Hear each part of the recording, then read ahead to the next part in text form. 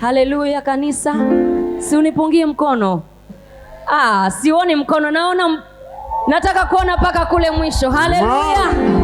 Haleluya. Amen. God is good All the time. and all the time. God is good and that is nature. Wow. Mwambie mwenzako you are beautiful and handsome. Yule mwanaume mwambie you are handsome, na huyo dada mwambie you are beautiful. Mwambie you look amazing. Mwambie unapendeza. Mwambie asubuhi ya leo Bwana amekufanya vile ulivyo kwa utukufu wake. Wewe mwambie nimekutuma mimi, umwambie. Mwambie huyo ndugu unakuwa umependeza. You look handsome. In the eyes of the Lord unapendeza. Mwambie unapendeza. Wewe umeumbwa kwa mfano wa Mungu. Wewe umeumbwa kwa mfano wa Mungu. Unapendeza. Unajua kuna mtu washamaliza kumwambia mtu. Kuna watu washamaliza kumwambia mwenzako unapendeza machoni pa Bwana.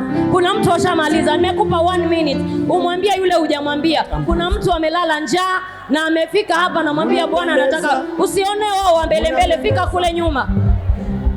Unapendeza. This is the day that the Lord has made, that the Lord has made. We will rejoice. Yeah. We will rejoice and be glad. Somebody rejoice. This is the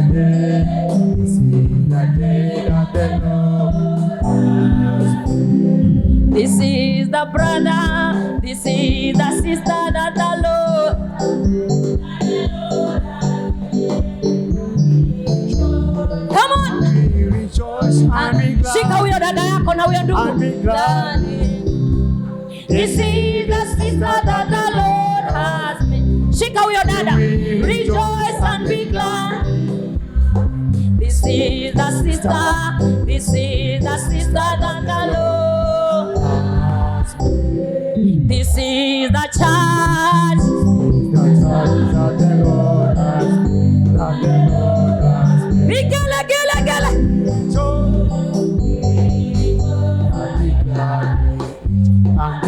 Simu kwa glad mupige makofi. This is the day that the Lord has made. We will rejoice and be glad. This is the time that the Lord has made. This is the altar. This is the altar that the Lord has made. That the Lord. Wewe Rejoice. wacha kuchoka wewe, wacha kuchoka. And be glad. This is the altar that the altar. where we rejoice. The altar ambayo tunabarikiwa ni hapa wapendwa. This is the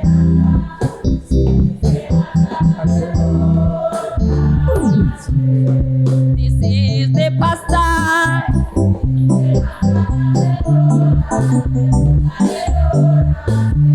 We rejoice. Wapi vigelegele?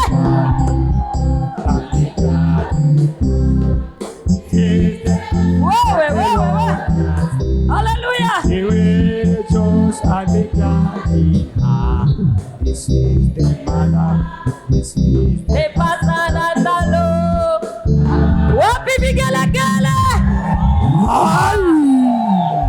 Asante.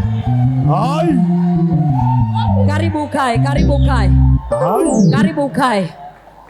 Si unajua hii ni siku ameifanya Bwana. Lazima tufanyeje? Si hapa ndio kanisa Bwana ametupa. Lazima tufanyeje? Huyo ndio dada na ndugu ambaye Bwana amekupa. Lazima ufanyeje? Hii ndio madhabahu Bwana amekupa. Unaombea, unatoa sadaka, unaamini yule Mungu wa hii madhabahu. Lazima ufanyeje? Na huyu mchungaji naye ni Bwana amekupa ama amejiweka? Makofi kwa Yesu jamani.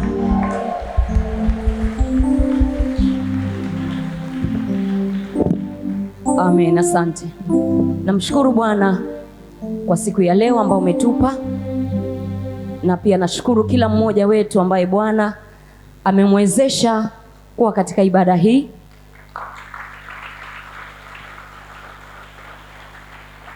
Naomba tuingie kwa neno, na kama kutakuwa kuna lile nimesahau, takumbuka. Asante kwa kila mmoja. Nasikia tu kuheshimika asubuhi ya leo. Naomba tu ufunge macho yako mahali ulipo. Kama unaweza inuka tukaweze kuimba worship tu. Tunapoimba worship, nataka tumuinue mtumishi wa Bwana alafu niendelee. Najua hiyo neema ndio imenibeba na imetubeba wote, na akiwa mahali pale tunapomwambia Bwana mtie nguvu za kiroho na kimwili, naye anaendelea kumwambia Bwana watu wako wasaidie. Fungua tu moyo wako asubuhi ya leo mbele za Bwana. Haleluya. Haleluya.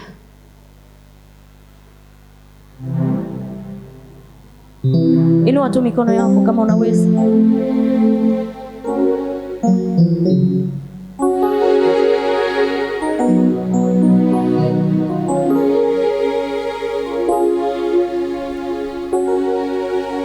Unastahili Bwana. Unastahili mfalme wa rehema. Nani kama wewe Bwana?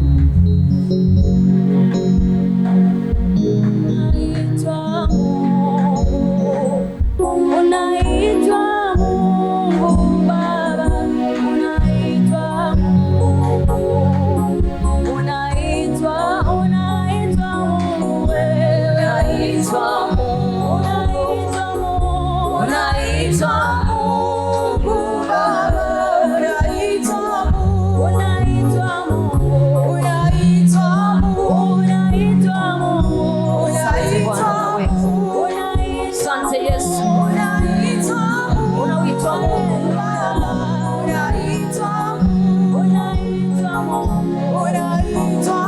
Unaitwa nani?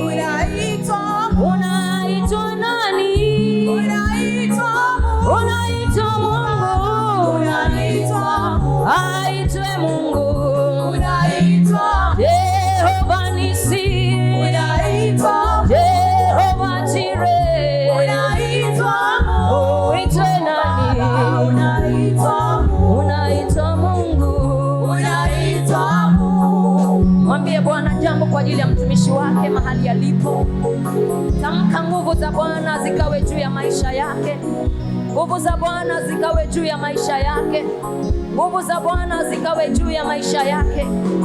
Nguvu za Bwana zikawe juu ya maisha yake. Baba, ni asante na kuinua mchana wa leo. Nalibariki jina lako takatifu. Nasema uhimidiwe Bwana. Nasema ushukuriwe Baba. Nasema upewe sifa mwana wa Mungu. Asante kwa wakati kama huu. Asante kwa nafasi kama hii. Asante kwa wema wako Bwana. Asante kwa mtumishi wako. Joli wako Bwana amepanda mlimani. Mtumishi wako Musa amepanda milimani. Tayari Bwana Jehova kusikia kutoka kwako, kusikia kupata mwelekeo vile Roho unamuongoza kwa ajili ya huduma hii, kwa ajili ya maisha yetu. Tazama Bwana, tumesikia ujumbe ambao umetoka mbali Bwana, kupitia watumishi na wajoli wako, na watumishi hao Bwana umewafungua macho wakaona ya kwamba Bwana kuna huduma ya kipekee. Ulisema hii ni huduma ya ishara ya miujiza, na Bwana hakuna yoyote atakayezuilia, hakuna yoyote atakayetamka maneno yaliyotamkwa Bwana.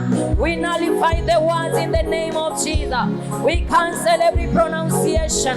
We nullify every word, every spoken word against the man of God. Lebo shande kasayabo. We nullify every plan. We dismantle every evil plan from the wicked, from the enemy in the name of Jesus. We nullify every reproach from the hell in the name of Jesus.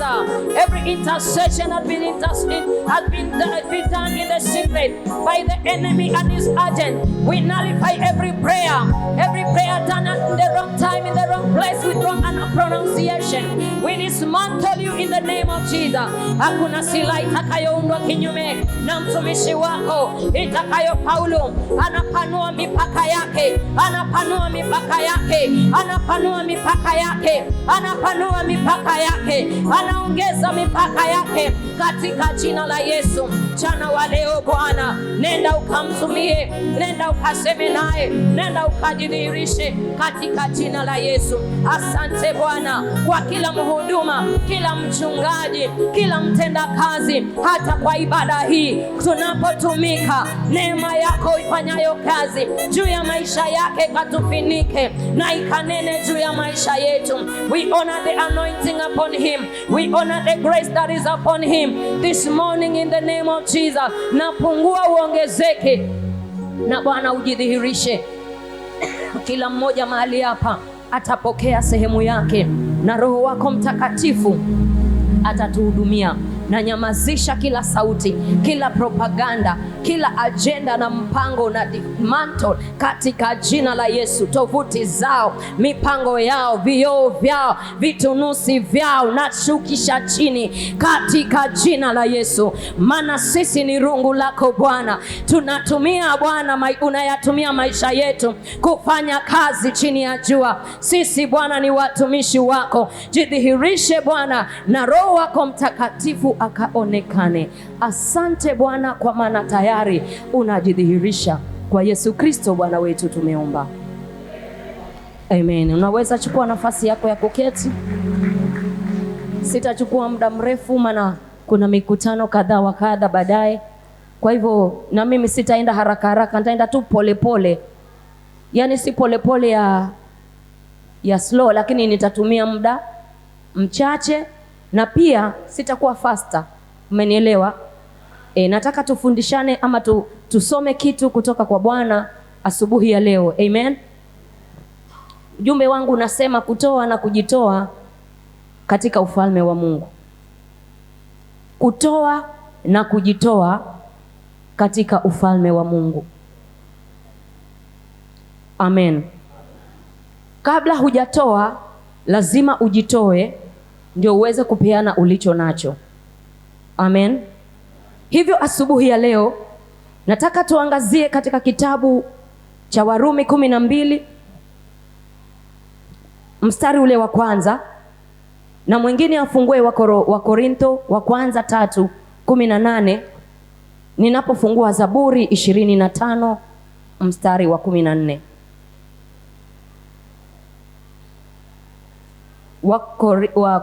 Wa Korintho wa pili wa kwanza mlango wa 3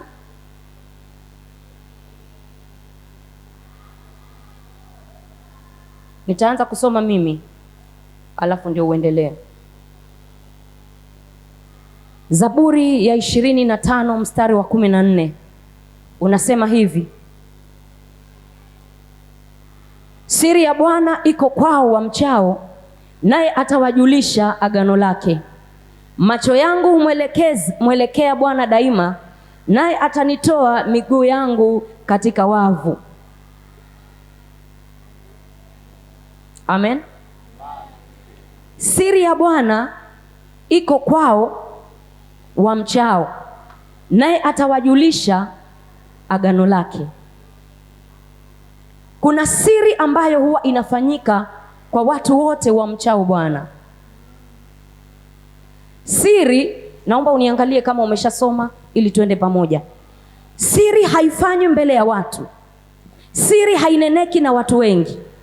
Mambo ya sirini hayafanywi watu wakiona, watu wengi. Nyumbani kuna vyumba ambavyo unaweza ingia na vingine huwezi ingia. Maneno fulani yanaweza neno na watu wakayajua, wakayashika, lakini sio watu wote, maana watu wengine hawawezi zuia maneno. Niposa ikaambiwa siri. Sasa asubuhi ya leo Bwana anasema ya kwamba siri ya Bwana ama siri yake iko kwa watu ambao wanamcha yeye. Siri ya Bwana haiko kwa Wakristo. Siri ya Bwana haiko kwa wahubiri. Siri ya Bwana haiko kwa walokole. Siri ya Bwana haiko kwa security. Siri ya Bwana haiko kwa worship team. Siri ya Bwana haiko kwa wazee wa kanisa. Siri ya Bwana haiko kwa media. Siri ya Bwana haiko kwa washirika. Siri ya Bwana iko kwa wao wamchao. Ukimcha Bwana atakupa siri. Ukimpa Bwana maisha yako na kumpenda na kuwa wa karibu naye, atakupa siri. Kuna siri ziko kwa nyumba ya watu ambao watu wengine wanazijua na wako kwa hiyo nyumba. Kuna siri zimewekwa kwa kampuni, wale wanafanya kazi kwa hiyo kampuni peke yao wanazijua. Ni kweli? So kuna haja ya kuwa na siri pamoja na Bwana. Na ili tujue hiyo siri inafanya nini, tutaingia kwa hayo maandiko. Maana kama siri iko kwa wale wamchao, basi amesema atawajulisha. Atawajulisha agano lake. Atawajulisha njia zake. Atawajulisha siri zake, atawajulisha mapenzi yake. Kuna mtu katika nyumba ya Bwana ambaye ampigie Yesu makofi? The secret of the Lord is unto those who fear him. Sio kila mtu aliye kanisani ana siri fulani Bwana amempa. Kuna watu wachache wana hiyo siri, na ni kwa ajili ya kuwa na adabu ya kukaa maguni pake na kusikia na kulielewa na kujua kumcha Bwana.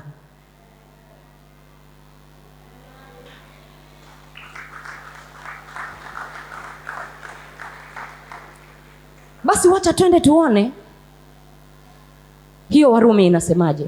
Maana kuna siri utaisikia. Kuna siri ambayo imefichwa katika Warumi 12. Katika kujitoa na kutoa. Tuko kwa topic kutoa na kujitoa. Warumi 12 mstari wa 1. Basi ndugu zangu, nawasihi kwa huruma zake Mungu, itoeni miili yenu iwe dhabihu iliyo hai, takatifu, ya kumpendeza Mungu, ndiyo ibada yenu yenye maana. Mstari wa 2, wala msifuatishe namna ya dunia hii, bali mgeuzwe kwa kufanywa upya nia zenu, mpate kujua hakika mapenzi ya Mungu yaliyo mema, ya kumpendeza na ukamilifu. Endelea. Kwa maana kwa neema niliyopewa namwambia kila mtu aliyeko kwenu asinie makuu kupita ilivyompasa kunia, bali awe na nia ya kiasi, kama Mungu alivyomwagia kila mtu kiasi cha imani. Asante, tosha hapo. Tutasoma tena tu Wakorintho alafu tuendelee. Wakorintho wa kwanza 3. Anza mstari wa 8 ukiendelea. Wakorintho wa kwanza mlango wa 3 mstari wa 8. Basi yeye apandaye na yeye atiaye maji ni wamoja, lakini kila mtu atapata thawabu yake mwenyewe, sawasawa na taabu yake mwenyewe. Maana sisi tuwafanya kazi pamoja na Mungu, ninyi ni shamba la Mungu, ni jengo la Mungu. Kwa kadri ya neema ya Mungu niliyopewa mimi, kama mkuu wa wajenzi mwenye hekima, naliuweka msingi, na mtu mwingine anajenga juu yake. Lakini kila mtu na angalie jinsi anavyojenga juu yake. Maana msingi mwingine hakuna mtu awezaye kuweka, isipokuwa ni ule uliokwisha kuwekwa, yaani Yesu Kristo. Lakini kama mtu akijenga juu ya msingi huo, dhahabu au fedha au mawe ya thamani au miti au majani au manyasi, kazi ya kila mtu itakuwa dhahiri. Maana siku ile itadhihirisha, kwa kuwa yafunuliwa katika moto, na ule moto wenyewe utajaribu kazi ya kila mtu ni ya namna gani. Kazi ya mtu aliyojenga juu yake ikikaa, atapata thawabu. Kazi ya mtu ikiteketea, atapata hasara. Ila yeye mwenyewe ataokolewa, lakini ni kama kwa moto. Hamjui ya kuwa ninyi mmekuwa hekalu la Mungu, na ya kuwa Roho wa Mungu anakaa ndani yenu? Kama mtu akiliharibu hekalu la Mungu, Mungu atamharibu mtu huyo. Kwa maana hekalu la Mungu ni takatifu, ambalo ndilo ninyi. Asante. Jina la Bwana litukuzwe. Tumesoma mahali parefu. Nataka tuangalie hiyo Warumi. Biblia inasema, na wasi ndugu zangu kwa rehema zake Mungu, muitoe miili yenu kuwa dhabihu iliyo hai, takatifu na yenye kumpendeza Mungu. Ni neno la unyenyekevu ambalo analinena Paulo. Ili uweze kutoa, lazima ujitoe. Na hiyo ndiyo siri ambayo Bwana anainena. Yoyote ambaye yuko katika kumcha Bwana ameambiwa asubuhi ya leo, ama neno la Bwana linatuambia tuitoe miili yetu iwe dhabihu iliyo hai, takatifu na yenye kumpendeza. Maana anasema katika huo mwili, hiyo ndio ibada pekee yake yenye maana. Ibada peke yake yenye maana ni kuuleta mwili wako, mwili wa damu na nyama, sio mwili wa rohoni. Mwili umeuvisha nguo, huo ndio mwili tunazungumzia, ama Bwana anasemea. Huu mwili ili uweze kutoa, lazima uutoe huo mwili wenyewe. Ulete kwa Mungu mwili wako, ufanyike sadaka. Ile sadaka umeibeba, umeishikilia kwa mkono ama iko kwa simu, utakuja utaileta hapa. Sasa ule mwili wako uuchukue namna hiyo, uulete kwa hii madhabahu ili Bwana aupokee ukiwa takatifu. Nasema aupokee mwili wako ukiwa takatifu, tena uwe wakubalika, tena wakupendeza mbele za Bwana.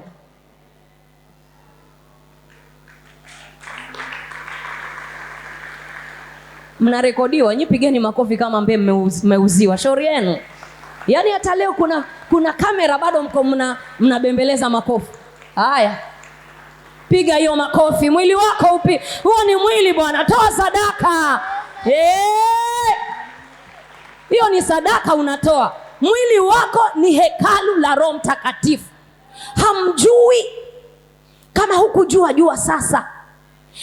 Roho Mtakatifu akiambiwa Roho anakuja, yani huyo Roho anashuka, lakini wewe mwili wako una kitu cha kumuhifadhi, because wewe ni temple, wewe ni jengo ambalo Roho anakaa. Kama vile wewe umekaa kwa hii kanisa, sasa wewe ni hii kanisa, ni huu mwili, alafu Roho Mtakatifu anakaa ndani ya mwili wako. Wewe acha kusema mimi nimenona, nimekonda, sina maana. Hiyo ni temple ya Roho Mtakatifu. Hii mwili zi unaipeleka wapi? Wewe shauri yako. Wewe endelea kujijaji. Hiyo ni temple. Sijui nakaaje, napendeza kweli? Hiyo ni temple. Na mtu hata akichezea hiyo temple, Bwana anasema ataiharibu. Kwa hivyo inategemea wewe utaifanyaje. Kabla kuileta sadaka, toa mwili wako. Maana siri ya Bwana iko kwa wamchao. Anasema atawajulisha agano lake. Maana hutajulishwa hilo agano mpaka uwe karibu na yeye. Sasa anatueleza nini anataka kwa mili yetu. Maana anasema hiyo ni ibada yenye maana. Pale chini anasema wala msifuatishe namna ya dunia hii. Yaani maisha yale unaishi leo na huo mwili wako, usitembee kama watu hawajaokoka. Usinene kama wale hawajaokoka. Usiongee kama wale hawajaokoka. Usiufanyie huo mwili wako ubaya kama watu wafananishe na watu ambao hawajaokoka. Mwili Mungu anautazama.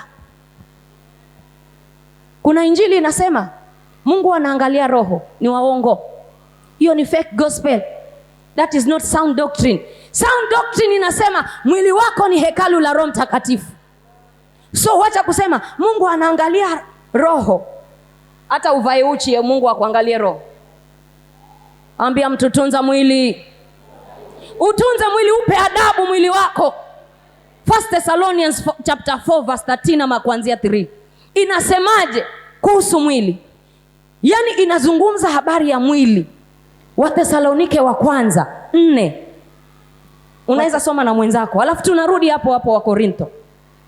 Wathesalonike wa kwanza mlango wa 4:3 mpaka 5. 1 Thessalonians. Maana hayo ndiyo mapenzi ya Mungu, kutakaswa kwenu, mwepukane na uasherati. Hebu anza hapo juu, anza tu tuone. Kwa kuwa mnajua ni maagizo gani tuliyowapa kwa Bwana Yesu. Maana haya ndiyo mapenzi ya Mungu, kutakaswa kwenu, mwepukane na uasherati.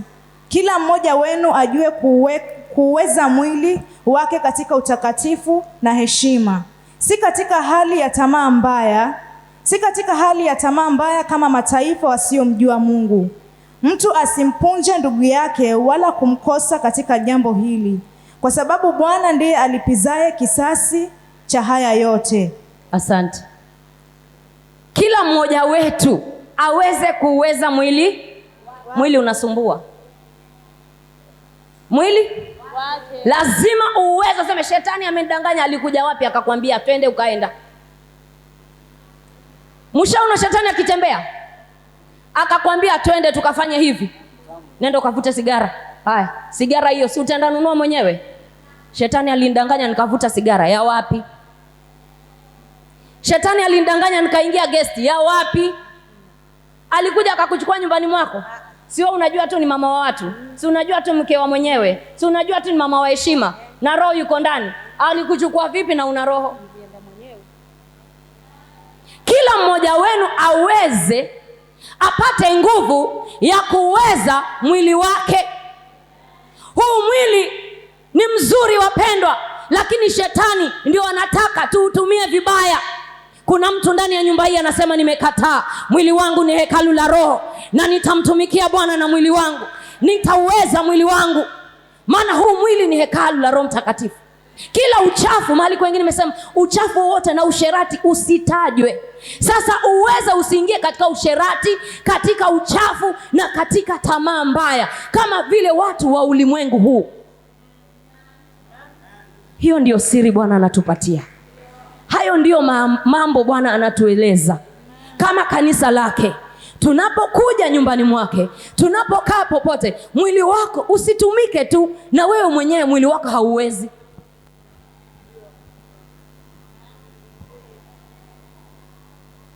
Mumenikasirikia. Baba yenu atakuwa hapa Friday. Mutanisema, pigia Yesu makofi Bwana. Nitie moyo kwa makofi. Wapendwa, Wakorintho amesema kila mmoja kazi yake itajaribiwa kwa moto. Kwa yale unayotenda kwa mwili huu, sio umetenda kiroho. Watu walipofunga, roho ilifunga, lakini mwili uliwaambia ninaingia 3 days. Ulipoingia 3 days, uliuweza mwili wako. Kwa kuwa unapoingia unapunguza vitu vingine, tamaa zingine unazimaliza kwa maombi. Tamaa ya ulafi, jamani. Chakula kikiekwa hapa, unaanza kufikiria. Mimi nikianza kufikiria maombi tu, ninaona sio katika roho. Ninaanza kuona pilau. Si nipike biriani jioni ama nipike kesho ama vyakula vinakuja.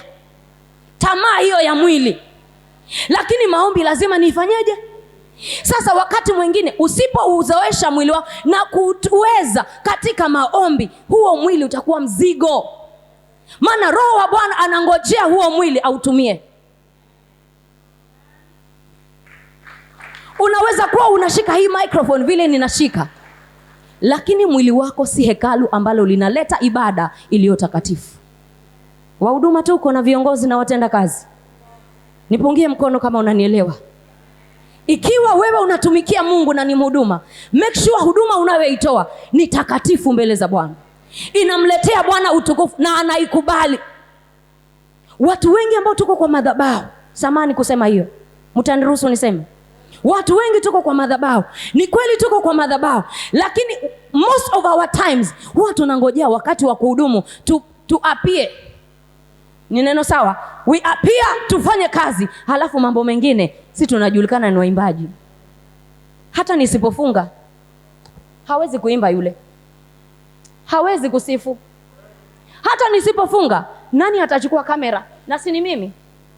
Hata nisipokuja ibada nani atapiga ile chombo? Hiyo kanisa haina mtu anapiga. So I am there to appear, but in the essence my service is not acceptable before the Lord. It is my prayer this morning ya kwamba ibada zetu tunazozitoa na mili yetu zitakubalika mbele za Bwana, zitakuwa takatifu mbele za Bwana, na zitamletea Mungu utukufu, ili kwamba tuyaelewe mapenzi yake. Kama ni makofi, mpigie Bwana makofi. Kama ni shangwe, mpigie Bwana shangwe. Tunaweza fanya ibada, tunaweza fanya tukajitoa, lakini kama hatutamcha Bwana, hatutaweza kupata siri. Ngoja nikurudisha hapo 25. Yeah. 25 ya Psalms, ya Zaburi. Hapo juu. Anza 12 ama 13. Nikwambie vile tunahitajika tupate. Kuna vitu Bwana anatuambia katika hii madhabahu. Na katika hii season, moyo wako ukubali kuyapokea yale mtumishi wa Bwana amekuwa akiyanena. Zaburi ya 25 mstari wa 12. Ni nani amchaye Bwana? Atamfundisha katika njia anayoichagua. Nafsi yake itakaa hali ya kufanikiwa. Tosha. Ni nani? Hiyo ni swali. Nani atakayemcha Bwana? Ataenda katika njia Bwana atakayoichagua. Anasema hapa nyuma, maana atakuwa katika kufanikiwa. Wacha nikushangaze. Kuna kufanikiwa na kubarikiwa. Mwambie mtu aliye karibu na wewe, niangalie. Mwambie akuangalie. Alafu mwambie maneno. Mwambie kuna kubarikiwa na kufanikiwa. Sasa mimi hiyo level ya kubarikiwa hainitoshi. Nataka level ya kufanikiwa. Hujanielewa, ungeelewa vizuri ukapiga makofi. Kuna watu wananiambia umebarikiwa, anatosha. Mimi mwenyewe najua nishabarikiwa. Ama ninakaa kama sina baraka mimi. Unakaa kama huna baraka. Muangalie huyu anakaa amechanganyikiwa, hana baraka. Aliyempokea Kristo amebarikiwa. Mimi Angela nimeshangaa sana. Nilifikiri kubarikiwa ni kuwa na mali mingi, kumbe mimi nilijidanganya. Kubarikiwa ni kukutana na Bwana akubadilishe uwe kiumbe kipya. Sikuwa na mali mingi. Mali nyingi unaweza kuwa nayo kwa mgonjwa. Kila siku unaenda kwa dialysis, pesa inaisha. Kila siku ni tembe na wewe, pesa mali nyingi inaisha. Lakini kufanikiwa ni afya njema, ni chakula kizuri, sio chakula cha mafuta mengi, chakula kizuri. Kubarikiwa, watoto wanasoma, yani hakuna stressi. Unatoka katika kubarikiwa uingie kufanikiwa katika jina la Yesu. Mtu akikwambia naona umebarikiwa, mwambie ndio nimebarikiwa, lakini naendelea kufanikiwa. Mimi si wa kubarikiwa tu, mimi nishabarikiwa, sasa naenda kufanikiwa. Nasema naenda kufanikiwa. Yoshua anasema maneno ya kitabu hiki yasiondoke kinywani mwako, yatafakari usiku na mchana, maana hapo ndipo pana kufanikiwa. Wewe unangojea baraka ni step 1. Mhubirie mtu, mwambie baraka ni step 1. We are going kwa kufanikiwa sasa. Sasa unaenda kufanikiwa kwa umenyamaza bila makofi. Amchaye Bwana atafanikiwa. Sio Mungu hajasema ubaraka. Amesema utakapoisikia sauti ya Bwana Mungu wako na kuyasikia maagizo haya na kuyatenda, ndivyo baraka hizi zitafatana nawe. Jen Peter unifate? Peter Lilian unifate? Baraka ndio zinakufuata ama wewe unazifuata? Baraka hizi we fatani mimi. Mahali nilipo nikiwa Mombasa, we bwana nifateni. Nikiwa Taita, nikienda Australia, nikienda Dubai, nikiwa shambani, ng'ombe wanazaa maziwa, wanatoa, kuku wanazaa, videri vinaenda. Videri ni Kiswahili. Videri kinaenda, magonjwa, baraka zinatupata. Sasa baraka zikufate, sasa ufanikiwe, watoto wako wafanikiwe, mume wako wafanikiwe. Kila chochote unachofanya kifanikiwe, kwa maana wewe umeijua siri ya kumcha Bwana na kulijua agano lake. Maana wamchao Bwana amesema atawapa siri, na siri katika hiyo agano ni kwamba atawajulisha. Kuna mtu yuko kanisani hajui right yake mbele za Bwana. Wacha nitumie neno right. Ukiwa umeokoka, kuna vitu ambavyo Bwana ashaviachilia ni vyako. Sasa unashinda ukivitafuta mchana, sijavipata. It is your right. Toa mwili wako. Ibada unayoileta, uwe unafanya nini katika nyumba ya Bwana? Unafanya kwa ufalme. Kuna watu siku ile tutakapokutana na Yesu, ile ng'ambo ya pili, hii ng'ambo hii watu wanasema tuonane. Mbona mnaogopa? Hii ng'ambo hii, lakini ile ng'ambo tutakuwa tushaona. Sasa siku ile kazi zitakuwa sijui Mungu atakuwa amewasha moto. Kule kwetu tunaita sanzala. Yaani sanzala ni ile, yaani si nyasi si moto wa nyasi, si kuni. Yaani zile majani jani hazina muda, ni alafu inaisha. Sasa kama kazi yako ilikuwa unafanya kazi kwa mwili, kwa uchafu, hauleti ibada iliyo takatifu, hauleti ibada ya kupendeza, basi na unafatana na namna ya dunia hii, kazi yako itachomeka. Wewe peke yako ndio utaenda, maana jina lako limeandikwa katika kitabu cha uzima, lakini mbinguni hauna kiti cha kuheshimika vile tunaheshimiwa hapa. Mama yetu, haya simameni. Kule mbinguni ni kazi. Ambia mtu ni kazi. Kazi ndio itakuetisha kwa kiti. Wewe ngoja ubembelezwe, tutakwambia dada, ni kazi, nimepata kazi, hata sina time. Haya watoto, haya siku hizi basi haya. Siku moja itachomwa. Ikichomwa itapita. Kama ni dhahabu utang'arang'ara, utapewa kiti chako hapo. Lakini kazi hizi zinafanywa na mwili. Kazi ya kuosha nyumba ya Bwana ni mwili. Wewe unaosha nyumba ya Bwana, sema hawa mama basi hawaji, umepoteza. Hawa mama sasa umeniachia mimi, umepoteza. Dada hujatoa pesa ya sabuni, kila siku ni pesa hiyo kanisa, umepoteza. It is better you eat your money. Umepoteza. Hapa tutaona, hatutaona ukinungunika, lakini kule itachomeka. Kazi ya mtu itachomeka, yeye peke yake atabakisha. Muulize mtu afanya kazi gani katika ufalme? Kazi yako ni nini?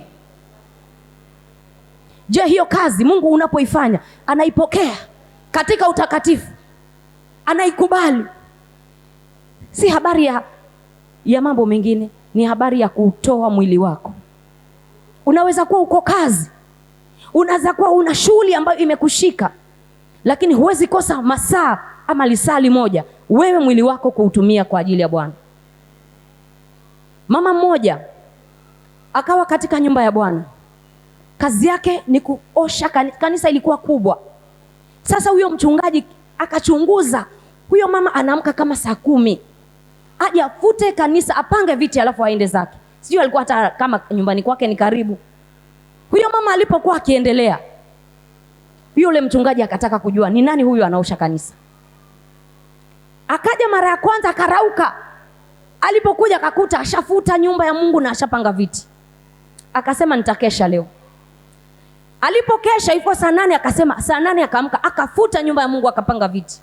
Yule mama alipokuja akalia sana. Akasema kwa nini nyumba hii imeoshwa? Ni nani huyu?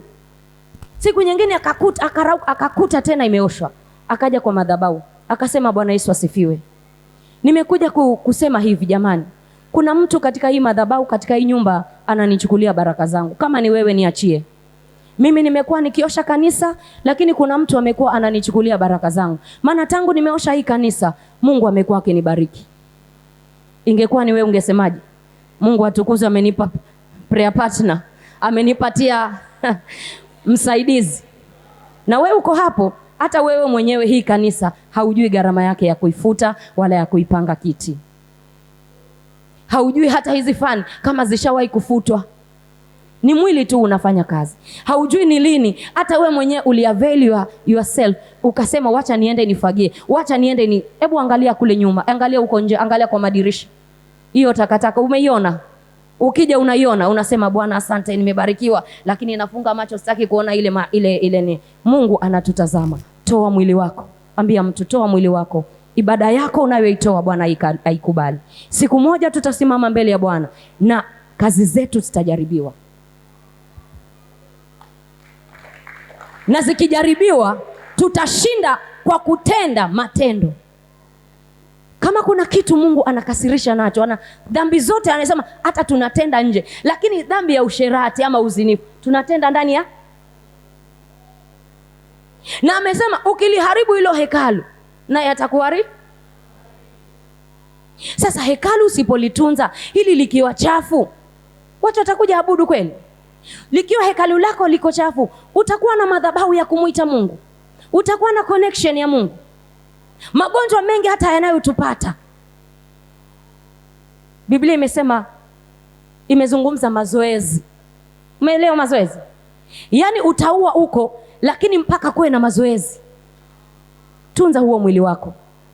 Nilisikia mhubiri mmoja akasema, kuna watu wanakufa siku hazijafika zao.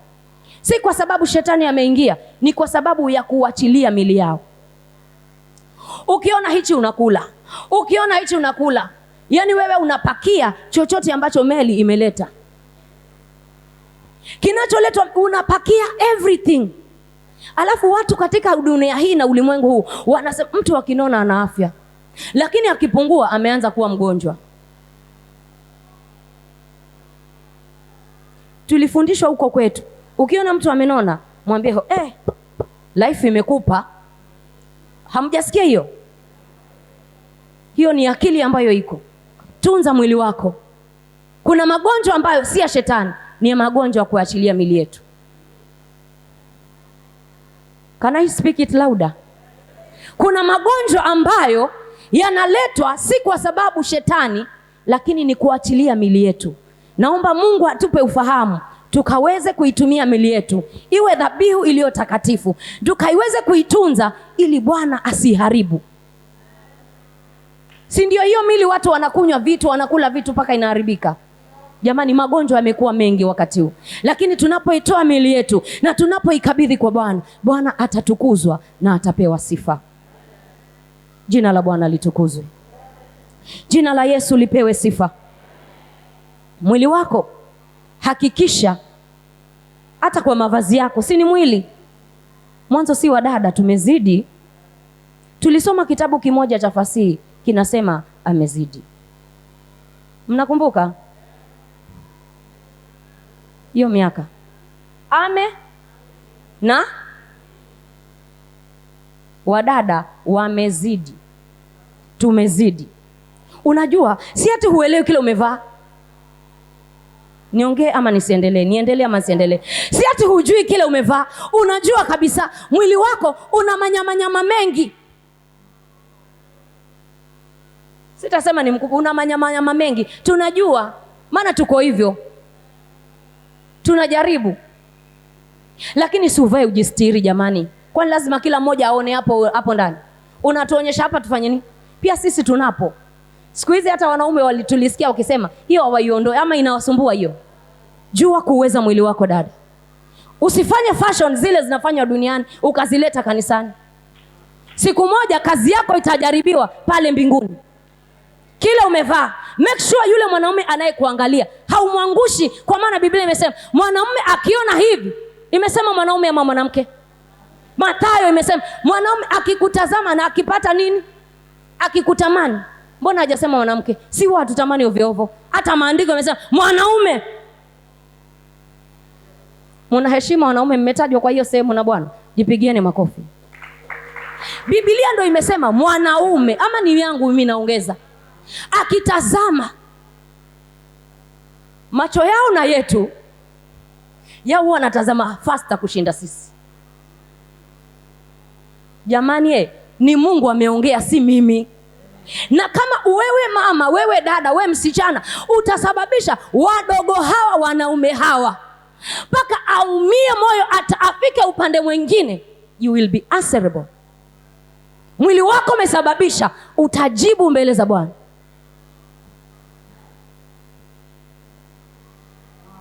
Jamani, kuko sawa ama?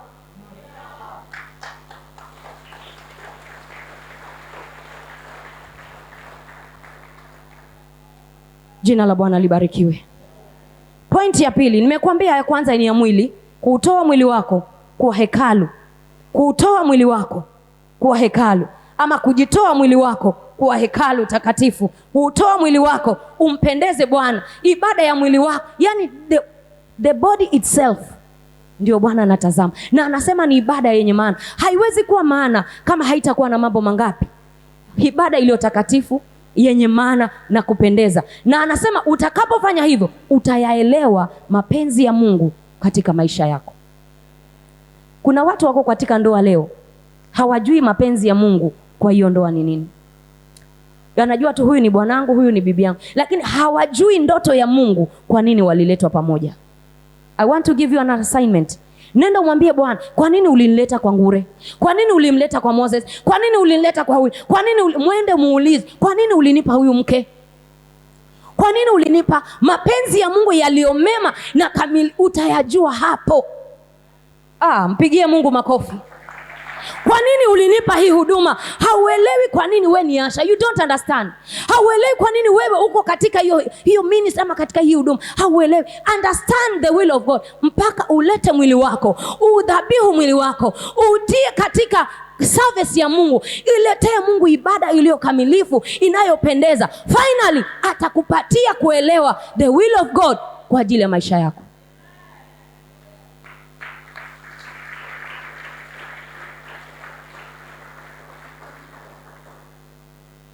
Wana mitambo, mashine iko sawa? Asante.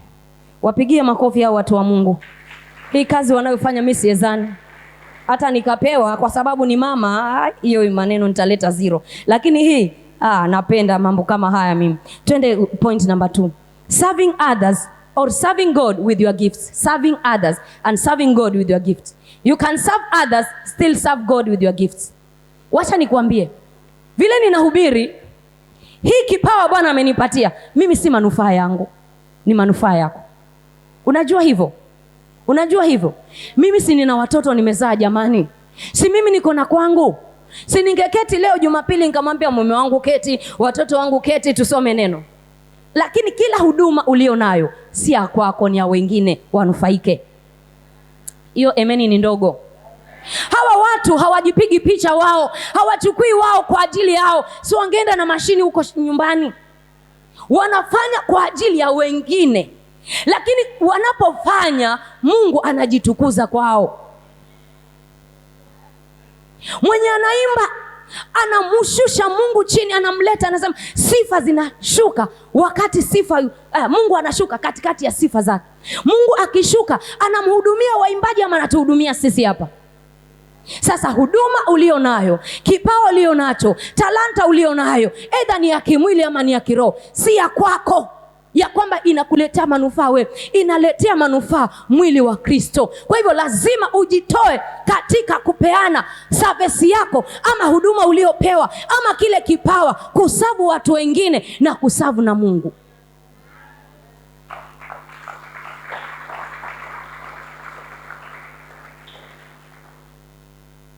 Mwanamke mmoja aliitwa Dorcas. Huyu mama, ukiona Biblia imetaja mwanamke, basi huyu mwanamke amefanya kitu. Dorcas hatujaambiwa elimu yake, lakini alishona nguo akapeana kina nani? Alipeana kina nani? Dorcas alishona nguo akapeana kina nani? Wajane wale walipokuwa wanavaa, wanamwambia Bwana, wewe umesema wewe ni mume wa, tunakuomba ushuke kwa Dorcas umtetee. Maombi ya wale wajane 10 ama 20 aliyokuwa akiwahudumia yalimfikia Mungu. Siku ile ya mabaya yake, Biblia inazungumza ya kwamba katika Zaburi naamini 42 hapo, yani amkumbukae yule mtu wa mahitaji, ule wakati wa shida Bwana atamkumbuka. So siku ile Dorcas alijua hii siri, akashona nguo. Hakufanya mambo mengi. In fact, alikuwa na charahani nyumbani, lakini angekuja akaangalia yule dada mjane ako size gani, anachukua kitambara anashona, anamwambia dada, nenda uvae hii ubarikiwe. Hakuja ana jamani, mimi ni fundi kwa hii kanisa, kwa hivyo mtu yote anayetaka kushonewa. Dorcas akaja akashona nguo akawapa wajane. Siku ya ugonjwa kifo kikaingia nyumbani, Dorkasi akaugua akafa. Mungu akamtuma Petro, ni Petro akatembea ule mji wa Jopa, akaona matanga hii. Alipoangaliwa akamwambia mtumishi, huyu mama alikuwa walitoa nguo, unaona hizi, yani walitoa nguo, unaona huyu mama ametushonea leo amekufa, sisi tutashonewa nguo na neno. Na vile wamama tunapenda kuvaa, si ni kweli? Ukivaa Monday ishaisha, taka ya Tuesday. Ya Tuesday ukishashona, Wednesday imefika, mpaka Saturday na Sunday. Dorcas akaliliwa kwa ajili ya ile kazi, kwa kazi ya mkono wake, a talent using her hands, kushona tu na mashine, kushona tu na sindano, hiyo kazi kidogo, akafufua maisha yake. Ni nini Mungu amekupatia kwa mikono yako? Unaweza fanya kwa ajili ya wengine.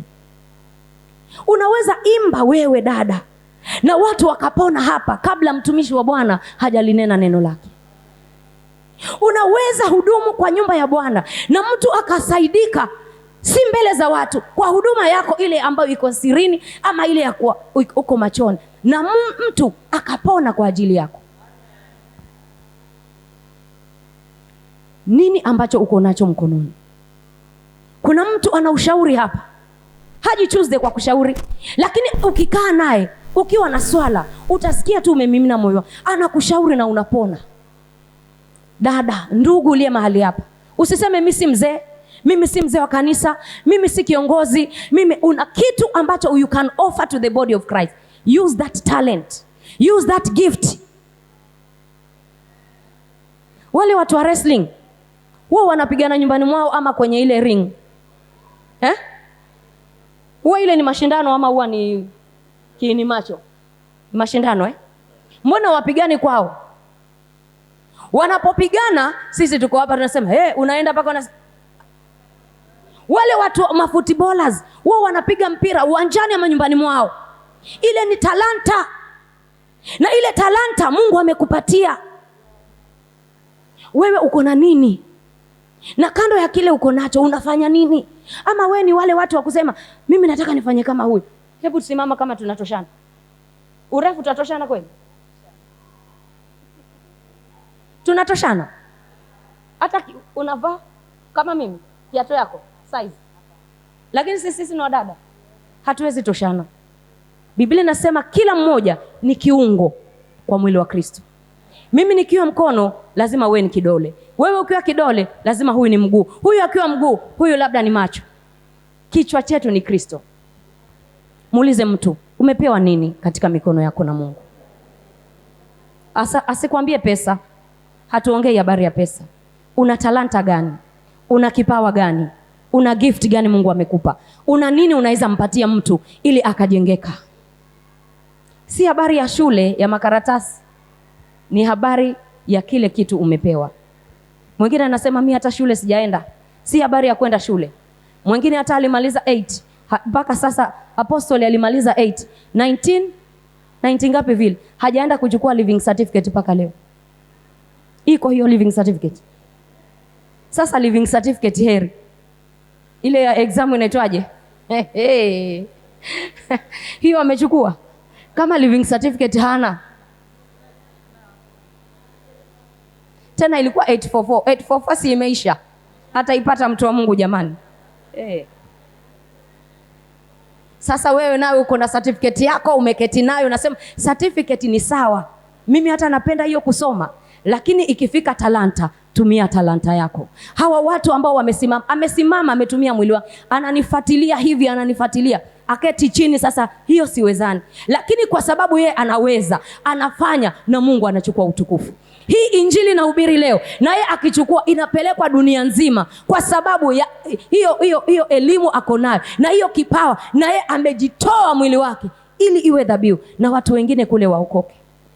Kwa hivyo si watu unawasavu, si injili inasikika na ufalme wa Mungu unajengeka. Muulize mtu, uko na nini umebeba? Ninajaribu kumwambia Mungu nisaidie.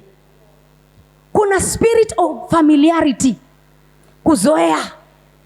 Mtu umelala naye, umezaa naye, umeoga naye, unajua kila kitu chake, alafu anasimama madhabahuni, Bwana ametenda. Usipo na hapa utamiss everything. Mtu umezaa naye, nani si ni watu wazima bwana. Mtu umezaa naye watoto, amesimama mbele yako, kama hutafungua macho utamwona yule uko naye kwa nyumba, hutaona mtumishi. Nashukuru Bwana kwa hiyo siri aliyonipatia, nami nimeishika, na hiyo siri sitaitoa, maana siri ya Bwana iko kwa wamchao, na atawajulisha agano lake.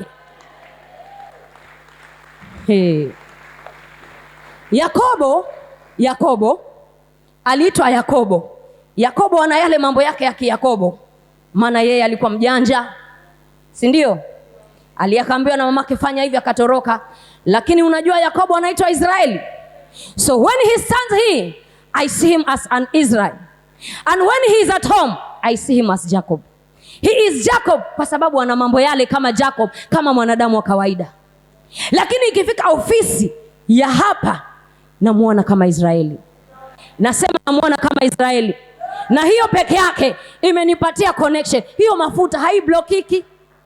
Haiblokiki. Wanadamu huwa unainuka. Hata mimi na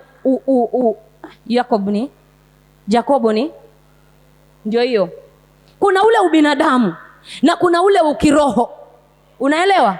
Sasa hata wewe una ubinadamu wako, na huyu pia una uroho wa kiroho chako. Sasa usichanganye mambo mawili. Wakati tumecheka, tumefurahia, tumemalizana, nikiingia ama akiingia hapa anakuwa mtu mwingine tofauti. Kitambo ulikuwa nasumbuka. Yaani saa nyingine kama mume lazima atakukemea ama tu ataongea kama mume, unasikia kukasirika. Lakini siri ya Bwana nilipoijua, wapendwa, ninakasirika tena namwambia Bwana nisamehe, nioshe, nitakase. Manake hii neema na hii mafuta ndio paka iweke mkono. Wewe utoke kwako barikiwe, mimi nikae hapa. Nani alisema? Nani aliongea? Utoke kwako huko nyumbani kwa from zero, mimi niko hapa tu. Hiyo haiwezekani. Iwezekane? Haiwezekani. Hii mafuta itaniangukia, itaangukia watoto wangu, itaangukia wajukuu wangu, itaangukia kizazi changu. Because I know I live with this man. He is a priest. He is a husband. He is a father. Ana kofia nyingi na lazima nijue hii ni kofia gani. Alume huo. Kuna wanaume wa baba wana sauti yao wanaongea. Akiongea unasema we, hapa iko nini hapa? Unajaribu kuangalia kwani kuna nini? Unajaribu unatulia. Na ikiwa ni sauti ya priest, unajua hii ni kuhani anaongea. Wacha nikuambie kitu. Siku moja, ile siku tulitangaziwa nini? Tulitangaziwa kuja kubarikiwa hapa. Nikamuita Sophie, nikamuita Grace, nikamwambia njooni nyumbani. Ilikuwa half time. Njooni. Joshua huko lakini na akihubiri na hiyo suti, mafuta itashuka inatumwagia. Wakasema mama hapo. Mama, simnipigie makofi basi angalau. Tulipokaa tukaambiana sasa suti ni pesa ngapi, tukadiscuss, wataka nikwambie pia nilivyonunua na pesa. Nyinyi mko attentive. Mwingine akasema mama, mimi nafikiri nitanunua kiatu. Tukachanganya. Tukapata suti ngapi? Wafikiri ni shilingi 2. Cheza. Sasa yule kiatu akasema mama, nimestretch lakini bado shilingi nimeivuta, lakini Mungu amenisaidia hii. Kamwambia pana, wacha tuangalie. Tukatumbukiza shati hapo ndani. Watoto wangu nao wapokee nini? Yaani mimi nishinde hapa nikikesha na yeye. Yuko na gari hapa nimeketi. Mama anamkaribisha, nipate 0 wewe upate 1. Nani alisema? Hii mafuta nimeijua na inafanya nini? Achana na zamani za ujinga. Kila mtu alikuwa na zamani zake za ujinga. Nimefunguka macho, nimepata ufunuo, ninaishi na nani wapendwa?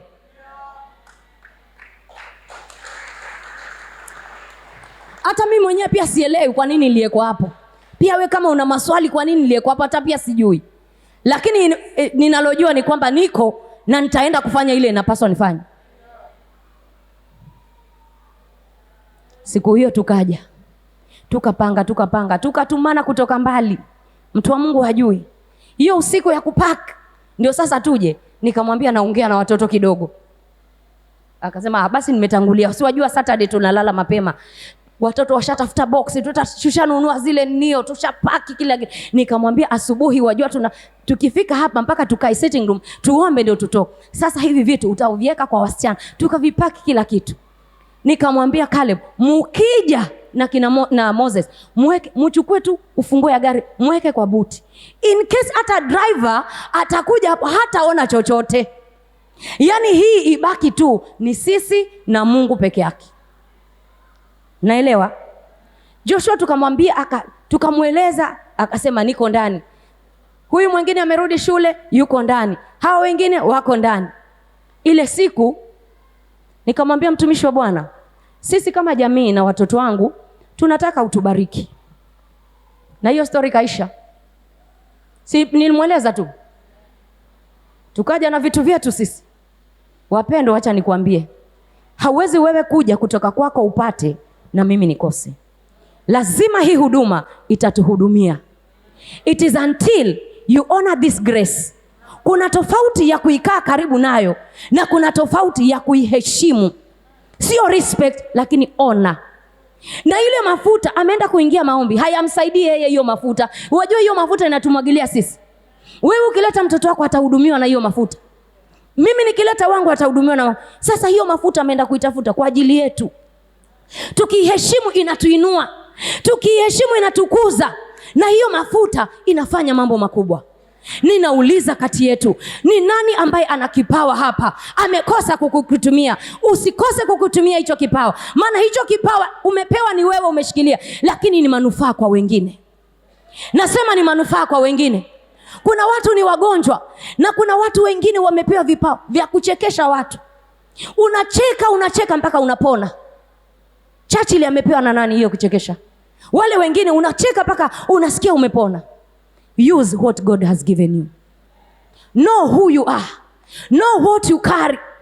Kuna watu wana vipawa ama wana gift za kutoa.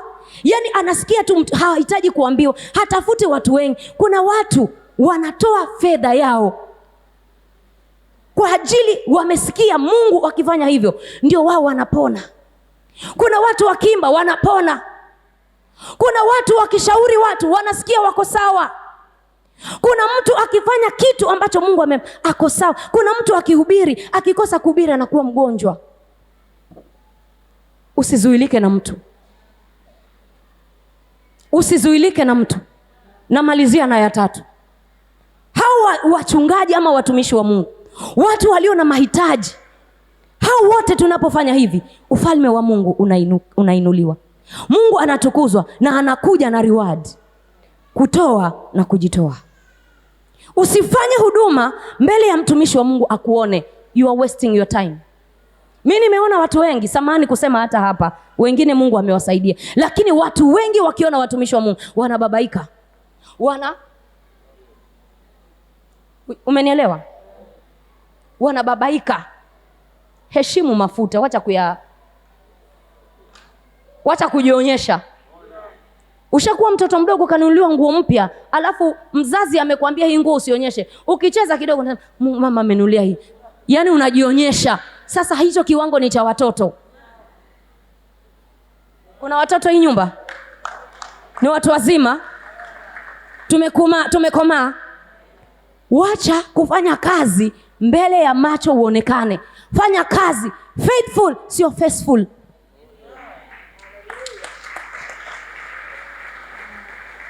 Because you are unique. Unajua uko unique. Kile umepewa ni tofauti na cha mwingine. Fanya in that, yani hiyo vile inakupeleka. Kama ni hudumu sawa sawa. Kama ni kushika wajane, washike vizuri. Kama ni kusimama na mtumishi, simama naye. Maana in due time you shall receive. Kuna watu watapokea wasipozimia roho. Hivyo ndivyo Mungu anasema. Jamani, kuna watu wanaona hata wakisimama na huduma wanaisaidia.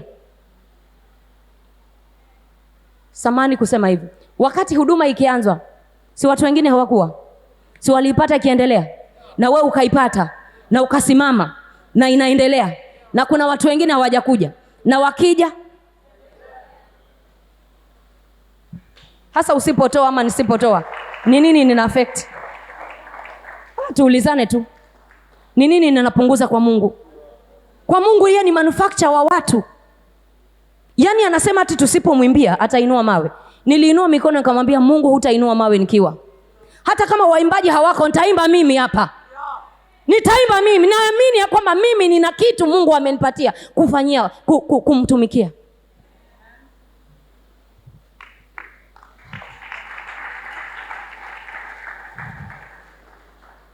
Hallelujah. Jina la Bwana libarikiwe. Honoring God with your substance. Number 3. Kumheshimu Mungu ama kumtolea Mungu, kumheshimu Mungu kwa mali zako. Tumeambiwa hata juzi katika kitabu cha Proverbs. Namalizia. Kitabu cha Methali kimezungumzia kumheshimu Mungu kwa mali zetu. Nataka nikupe sheria, sijui law ni sheria. Sheria, the law of sowing and reaping.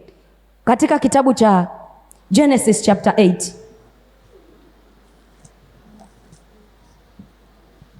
Kuna system ambayo Mungu anapeana, anaifanya. Mwanzo mlango wa 8 mstari wa 22. Mstari wa 24 na 2. Yes. Muda nchi idumupo, majira ya kupanda na mavuno, wakati wa baridi na wakati wa hari, wakati wa kaskazi na wakati wa kusi, mchana na usiku, havitakoma. Muda wa kupanda. Naomba unitazame ama uniangalie ama tuangaliane. Muda wa kupanda katika huu ulimwengu hautakoma. Yaani ukipanda leo, kesho unavuna. Ukivuna kesho kutwa unapanda. Ukivuna kesho kutwa, hiyo kesho nyingine unapanda. Kwa hivyo kila wakati ni wakati wa kupanda na tena ni wakati wa ndio Mungu akasema haya majira, jinsi nchi inavyodumu ama jinsi unavyokuwa duniani, majira haya hayatakoma. Kwa hivyo kila wakati ni seed time, ni reaping time, ni sowing time, ni receiving time. Jina la Bwana libarikiwe. Ninakumbuka ushuhuda ule mtumishi wa Mungu amekuwa akiunena juu ya ile nyumba. Kama kuna ushuhuda ambao umeshangaza maisha yetu na kutuweka mahali pa kuwaza. Kila siku tunaambiana, ananiuliza mamake, hapa ni kwa nani? Namwambia ni kwangu. Namuuliza babake, hapa ni kwa nani? Ni kwangu. Yaani unajua bado hatujaamini. Wewe hujaamini kile nasema, wewe huelewi. Ananiuliza, mamake, hii ni nyumba ya nani? Namwambia ni ya mamake. Na hii ni na babake, hii ni nyumba ya nani? Ni yangu. Nikamuuliza, hata wewe? Hizi ni kelele za nini? Mumefanya nini wapendwa? Mumepiga vita nyinyi. Mumejigaramikia nyinyi. Wapendwa, ile nyumba imetuweka, unajua tunakuwa tunalia, hata mtu akituona lakini mna shida gani? Sio shida, tunashangaa tungetafuta wapi tulipokuwa tuko kwa hii nyumba ndogo hii.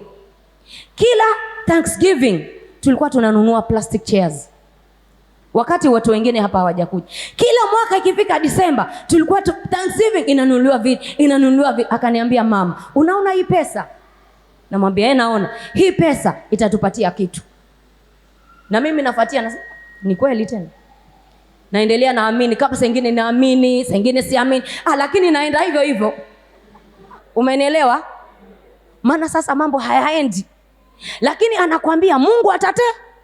Na tena ukiangalia kweli, wewe hukuamini, lakini tena anakuambia Mungu wangu amefanya. Sasa huoni, unaona aibu, lakini uweze sema, unasema ni kweli. Tangu huamini mpaka unaingia imani, si kitu rahisi bwana.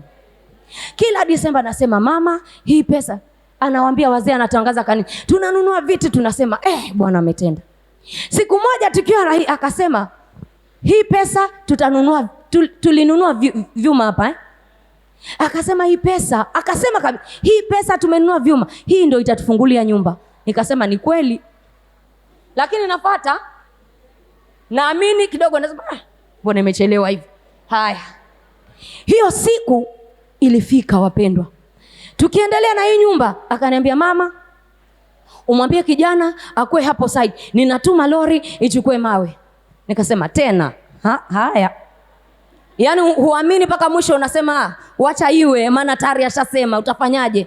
Anasema mama, nilikwambia hii itatufungulia nyumba. Sema tena hiyo mawe ya kujenga, si wajua utasema hivyo.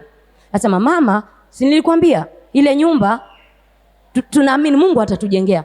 Akasema natuma mawe 1500. Kaambia sawa. Naambia kijana kuna kuja gari ichukue mawe. Ikapeleka. Siku nyingine, mama kuna mawe natuma. Namwambia sawa. Jinsi majira ya kupanda na kuvuna yanapodumu, jinsi nchi inapodumu, hayo majira hayatakoma. Wakati unapanda kwa machozi, lakini kuna siku utapanda na utalipwa na furaha. Siku hiyo ikatokea, ilikuwa 2024. Tumeanza prayer and fasting ya 40 days. Tumeketi tu kwa nyumba. Akaniambia mama, kuna nyumba pale nilikuja nikaambiwa inauzwa. Nikamwambia nyumba alikwambia lini? Miezi 3 imeisha. Miezi 3. Na uko hapa uniambie. Nikamwambia mama Neli, unajua 7 Star ni wapi? Njoo. Akasema mama anafuana, maliza ukuje, kuna mahali twende tukaone nyumba. Nikamwambia dadi, miezi 3 uko hapa na niko na wewe? Hiyo siku tukaenda. Nikamwambia Apostle, hii nyumba ni yangu. Yaani hakuna mazungumzo. Yule kijana akatupeleka kwa mwenyewe. Akasema yule mwenyewe na katakati. Yule mwenyewe akasema, wewe vile unaongea wewe ni pastor. Hiyo sauti yako hiyo ni pastor. Na huyu bila shaka ni mama. Sasa akachukua funguo akasema, mama, nimekupatia nyumba yako. Ninasema moyoni shantarabas. Yaani pale moyo nasema Bwana, hii nyumba ni yangu.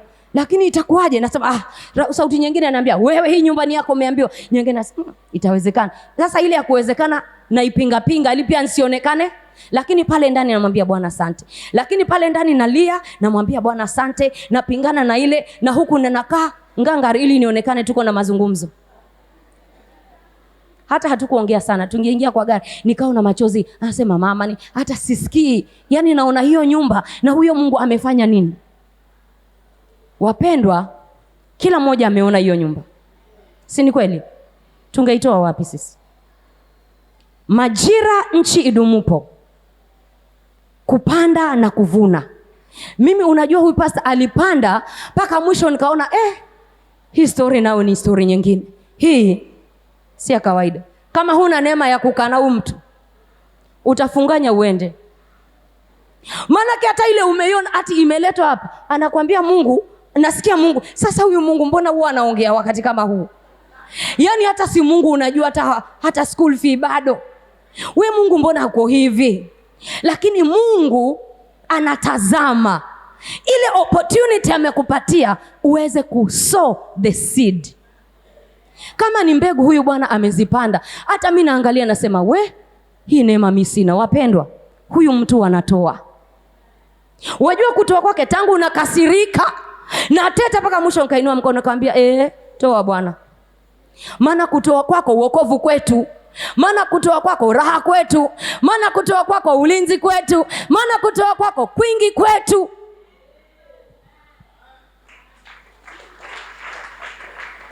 Hiyo neema kama huna, fanya ile uko nayo.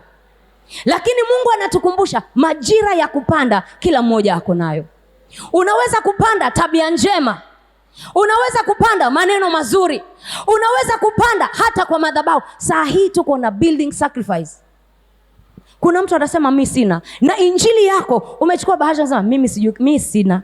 Hiyo 1500 mimi sina. Na hutapata because kile una confess ndio kile utapokea.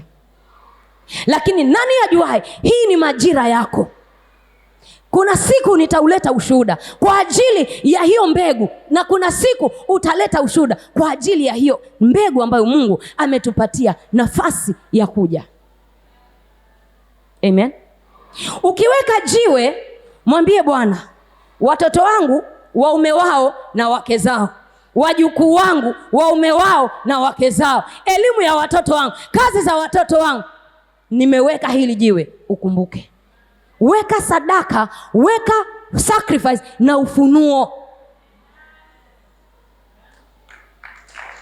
Weka sadaka, weka sacrifice na ufunuo, maana majira hayatakoma. Tumepewa nafasi katika haya madhabahu na kuchallenge mchana wa leo. Utamwambiaje Mungu wakati meza imewekwa tayari ya kuweka mbegu yako? Kule kwetu kulikuwa na mama, watu wanalima, yeye yuko nyumbani. Watu wanalima, anangojea watu wamepanda, wamevuna. Anakuja jioni saa 12, anajua nyote mko kwa nyumba. Anasema naomba vijunga kidogo. Naomba vijunga kidogo. Naomba vijunga kidogo. Paka kidogo na vijunga anakuja. Anasema naomba unga. Yaani anaifanya kwamba ni unga kidogo, lakini kama kilo moja ni vijunga kidogo. Sasa wale watu ambao wanakula mbegu zao, wanakosa season ya kupanda, nimekuja kusema na moyo wako. Nasema nimekuja kusema na moyo wako. Nasema nimekuja kukwambia pata ufunuo. Wakati watu wanatoa, wewe unakaa nyumbani, unajiaibisha mwenyewe mbele ya Mungu wako. Nisaidie kusema hivi. Unajiaibisha mbele ya Mungu wako. Amekupatia nafasi ya kupanda mbegu. Tuwa tayari kuipanda mbegu, maana utavuna wakati unaokuja. The law of sowing and reaping ni law ya multiplication kwa Mungu. Kile unachopanda utakivuna, tena atakimultiply. Angalia unapanda nini? Angalia unapanda nini mchana wa leo? Ni sadaka gani unamwekea Bwana? Hata unapotoa mwili wako, hata unapotoa fedha yako, hata unapotoa sadaka zako, which kind of sacrifice of seed are you sowing? How are you sowing it? Unaisow ama unaipanda kwa malengo gani? Anasema tusipozimia roho. Kuna wakati unatoa na unazimia roho. 21 years uko kwa ndoa na watoto umezaa, wanakuuliza mama, mpaka sasa hamjanunua hamjajenga nyumba. Gen Z, mama, hivi bado mko kwa nyumba ya kupangisha? Mama, bado dadi hajanunua nyumba. Wewe unasemaje na wewe ni mama? Gen Z wanauliza hiyo maswali.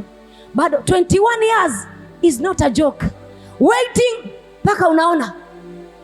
Watu walikuwa wanaambia mamangu, huyo mtoto wako anahubiri hapo, bado anakodesha. Na ni walokole. Si tulisikia yuko Utange, kwani bado tu sahi Bwana ametenda. Hizi ni kelele za nini? Mumepiga vita gani? Ni Bwana amefanya. After waiting, be patient. Mtu anasema nimengoja, ngoja watoto wanakuja. Umeweka sadaka, wait for your time to reap. Your harvest is coming.